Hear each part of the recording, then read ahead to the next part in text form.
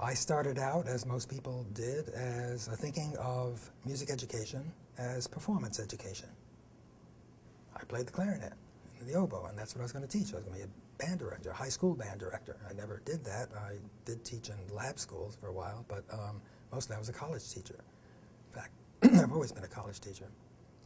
And so my research or notions of what music education would do and what research might help with had to do with that one aspect of music education, which is performance, which remains, of course, the major aspect of our field. Largely what we are in music education is performance education. Most of our research is devoted to it. Most of our advocacy is devoted to it.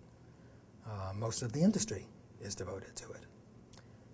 Now, because of several major events in recent last 10, 12, 15 years of music education history, we've had a new vision, and I've had a new vision of how to be comprehensive in ways that we have so far never been. The advent of the national music standards, the MENC National Standards for Music Education that came out in the early 1990s, opened my eyes, and I hope some others, to the fact that we were teaching only 1 or 2 of the 9 standards, the first and second, singing and playing, in all sorts of configurations, solo and ensembles primarily, of course. And all the other things that we said were ways of musical learning were left untouched. You can look up the music standards and easily find them. That began to register with me, even though I was on the committee that wrote that standards, the task force they called it, that wrote the standards, that we were just touching the surface. We were just skimming the surface of what music education can be.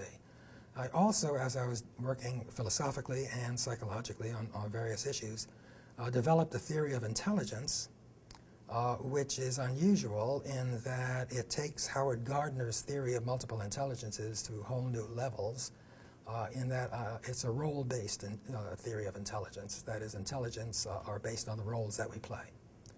So that for every musical role, that is the role of the performer, the role of the improviser, the role of the composer, the arranger, the listener, the critic, the theorist, the historian, the philosopher, the researcher, and so on, each of those roles is its own intelligence, because each requires its own ways to think and do.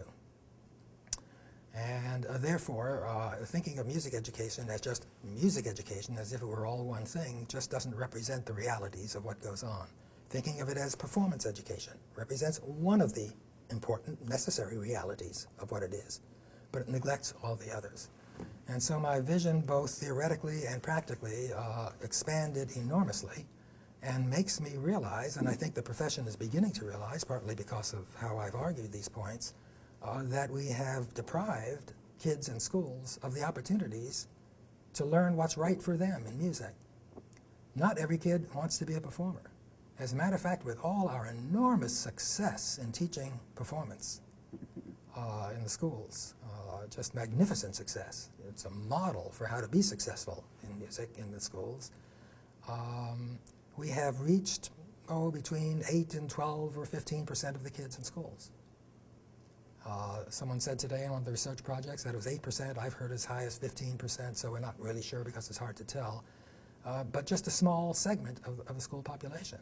And we advocate as if that was all that mattered. But there's 85, 88%, whatever, of kids out there who simply are not going to be in bands, orchestras, and choruses, many of whom, by the way, are involved in all sorts of music making outside of school that have nothing to do with what we offer in school. And the disparity between those two is embarrassing and unacceptable.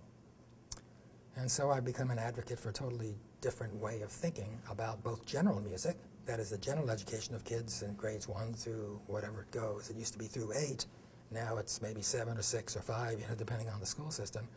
That what it should consist of is the introduction to all the musical roles that are available in our culture. By playing the roles, by learning about the roles, by having people who are playing the roles as adults who are making their living at it or being involved in it as amateurs come in and talk about what they do and how they do it, so that they're enabled to understand what music in their culture actually consists of, which is the sum total of all the roles in music that the culture provides. And that's true for every culture around the world.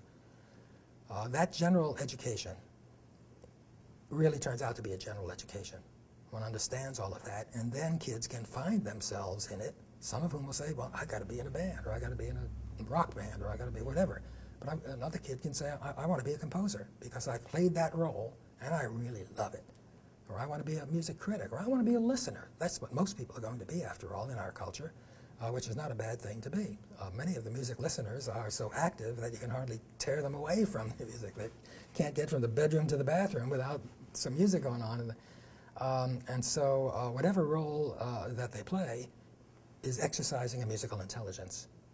And our general music program ought to introduce them to all those possibilities so that they can make the decisions for themselves as to what they want to do with music, rather than our having made the decisions for them by offering only one thing.